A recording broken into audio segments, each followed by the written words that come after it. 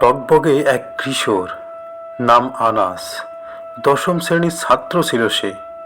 গত 3 সপ্তাহ ধরে পুলিশের নির্মম হত্যাযজ্ঞ আর ছাত্র জনতার উপর জুলুম নির্যাতনের স্ট্রিম রোলার চলতে দেখে তার রক্তে আগুন ধরে গিয়েছিল। লং মার্চ টু ঢাকা কর্মসূচিতে অংশ নিতে 5 আগস্ট রাতেই জনসমুদ্রে মিশে যেতে চেয়েছিল সে। মা বাবা রাজি না হওয়ায় সকালে কাউকে না বলে চুপি চুপি দেশ বাঁচাতে একাই বেরিয়ে পড়ে। যাওয়ার আগে মা বাবার কাছে একটি চিঠি লিখে যায়। মা, আমি মিছিলে যাচ্ছি, নিজেকে আর আটকিয়ে রাখতে পারলাম না।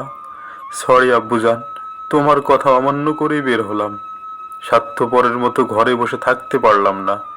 আমাদের ভাইরা আমাদের ভবিষ্যৎ প্রজন্মের জন্য কাফনের কাপড় মাথায় বেঁধে রাজপথে নেমে সংগ্রাম করে যাচ্ছে, অকাতরে নিজেদের জীবন বিসর্জন দিচ্ছে।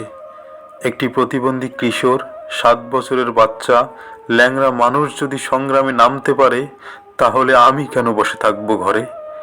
একদিন তো মরতেই হবে।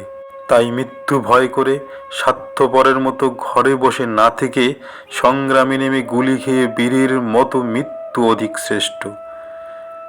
যে অন্যের জন্য নিজের জীবন বিলিয়ে দেয়, সেই তো প্রকৃত মানুষ। আমি যদি বেঁচে না ফিরি, তবে কষ্ট না পেয়ে গর্বিত হইও। জীবনের প্রতিটি ভুলের জন্য ক্ষমা চাই।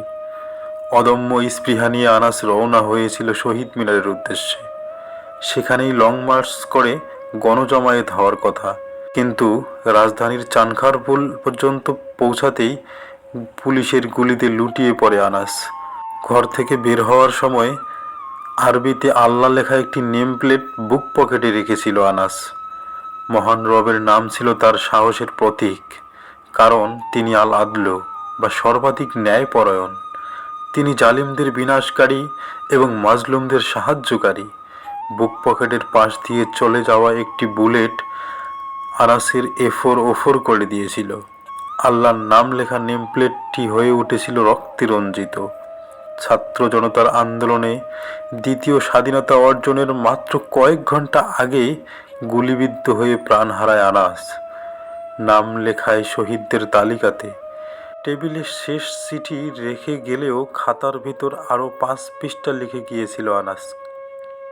সেখানেই উঠে আসে নির্বিচারে ছাত্রদের ওপর গুলি, অমানবিক নির্যাতন আর স্বৈরাচারের কবল থেকে দেশ বাঁচানোর তৃষ্ণা।